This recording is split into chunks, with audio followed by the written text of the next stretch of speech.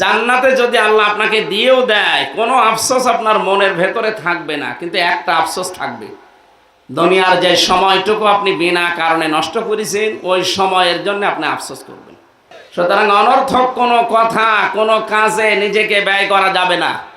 এ পৃথিবীর সবচাইতে বড় অনর্থক কাজ হচ্ছে মানুষের তৈরি করা আইন কানুন দুনিয়ায় প্রতিষ্ঠার জন্য চেষ্টা করা। আজ বাংলাদেশে যারা আল্লাহর আইন বাদ দিয়ে মানুষের তৈরি করা আইন কায়েম করার জন্য চেষ্টা করছে, সে যে দলের লোক হোক, আমার ওসব দেখার দরকার নেই। আপনি অনর্থক কাজে আছেন। আমরা সেইভাবে তেলাওয়াত করে কথাগুলো বলার জন্য বসছি। আল্লাহ তুমি আমাদের দিকে তাকাও, বলেন আমিন। সূরা হাশরের একটা আয়াত তেলাওয়াত করেছি। আজকের আলোচনার বিষয় সমান নয়। কি বললাম? বলেন বলেন। সমান নয়। এই পৃথিবীতে আল্লাহ বুঝিয়েছেন যারা ঈমান আনে আর যারা বেঈমান, এরা কখনো সমান নয়। সূরা হাশরের এই আয়াত থেকে এটা প্রমাণ করে আমরা দেখব যে আসলে আমরা সমান কিনা।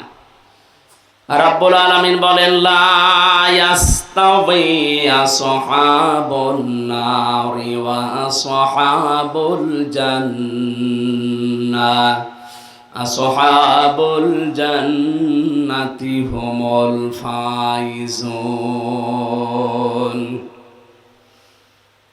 সূরা হাশরের ২০ নম্বর আয়াতে আল্লাহ জানিয়েছেন, হে নবী, পৃথিবীর মানুষকে আপনি একটু তাকান, যারা জাহান্নামে যাবে আর যারা জান্নাতে যাবে এরা কিন্তু কখনো সমান না।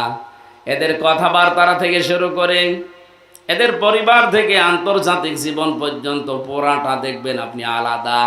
জান্নাতি আর জাহান্নামী মানুষের কাজ কখনো এক না।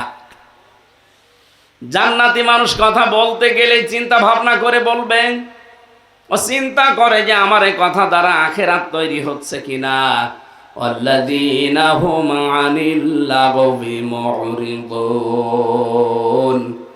রব্বুল আলামিন বলেন, যারা সফল মুমিন তাদের ৩ নাম্বার গুণ এইটা, ওরা অনর্থক কোনো কথা কোনো কাজ করে না, ওখানে গেলে ফিরে থাকে। এবার আপনি নিজের জীবনের সাথে মিলান তো, অনর্থক কোনো কথা কোনো কাজে আপনি আছেন? এই যে সেলফি তোলে যারা, বলেন তো এটা কোন কাজ হয়? আমি যদিও বলছি না যে তোলার দরকার নেই, বলেন কোনো কাজ আছে এটার? দুনিয়া আখেরাতে কোনো উপকার আছে? আপনি যে সময়টা নষ্ট করলেন, এই যে 10 সেকেন্ড নষ্ট হলো সেলফি তুলতে, আর একজন তো তোলে দেখি 10-15টা করে। 1-1.5 মিনিট সময় আপনি নষ্ট করেন, ওর ভেতরে কিন্তু কোরআনের একটা আয়াত পড়লে প্রতিটি অক্ষরে 10টা করে নেকি পেতেন। জান্নাতে যদি আল্লাহ আপনাকে দিয়েও দেয়, কোনো আফসোস আপনার মনের ভেতরে থাকবে না, কিন্তু একটা আফসোস থাকবে, দুনিয়ার যে সময়টুকু আপনি বিনা কারণে নষ্ট করেছেন, ওই সময়ের জন্য আপনি আফসোস করবেন। এই আফসোস যেন আমাদের জান্নাতে যাওয়ার পরে না হয়, এখন থেকে সতর্ক হওয়া লাগবে না? সুতরাং অনর্থক কোনো কথা কোনো কাজে নিজেকে ব্যয় করা যাবে না। এ পৃথিবীর সবচাইতে বড় অনর্থক কাজ হচ্ছে মানুষের তৈরি করা আইন কানুন দুনিয়ায় প্রতিষ্ঠার জন্য চেষ্টা করা। আজ বাংলাদেশে যারা আল্লাহর আইন বাদ দিয়ে মানুষের তৈরি করা আইন কায়েম করার জন্য চেষ্টা করছে, সে যে দলের লোক হোক, আমার ওসব দেখার দরকার নেই। আপনি অনর্থক কাজে আছেন। কি এটা ভুল প্রমাণ করতে পারবেন? কোন হুজুর নিয়ে আসবেন, নিয়ে আসেন। আপনাকে আমি বাঁচাতে চাই, আমি দেখতে পাচ্ছি আপনি জাহান্নামে যাচ্ছেন।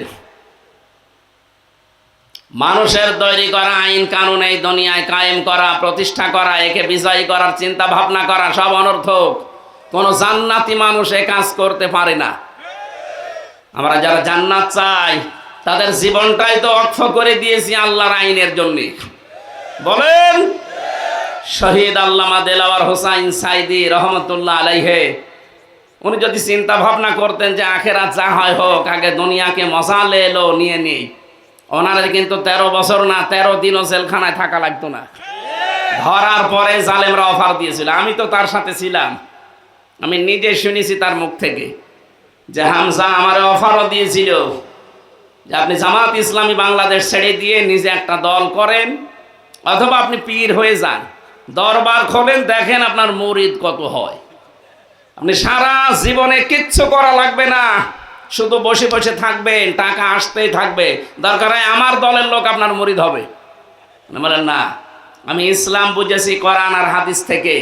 কোন বাবা কি বলে, কোন দাদা কি বলে, ওইটা আমি কোনোদিন দেখিনি। আমি দেখেছি আল্লাহ কি বলে, রসুল কি করে।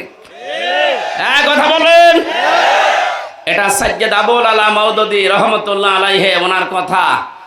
উনি জানিয়েছেন যে আমি ইসলাম মানতে গিয়ে কোনো দিন দেখিনি যে আমার বাবা কি বলেছে, আমার দাদা কি বলেছে, আমার পীর কি বলেছে। না, আমি দেখতে চেয়েছি সব সময় আল্লাহ কি বলেছে, রাসূল কি করেছে। উনি যদি ওই সময় সত্যি মেনে নিতেন, 13 বছর জেলখানা, এরপরে ওনাকে ইনজেকশন দিয়ে মেরে ফেলা, কিছুই হতো না। যেদিন বের হয়ে যাচ্ছিল কি হাসি একটা দেখলাম জেলখানার গেটে, অথচ পরের দিন শুনলাম যে উনি আর নেই।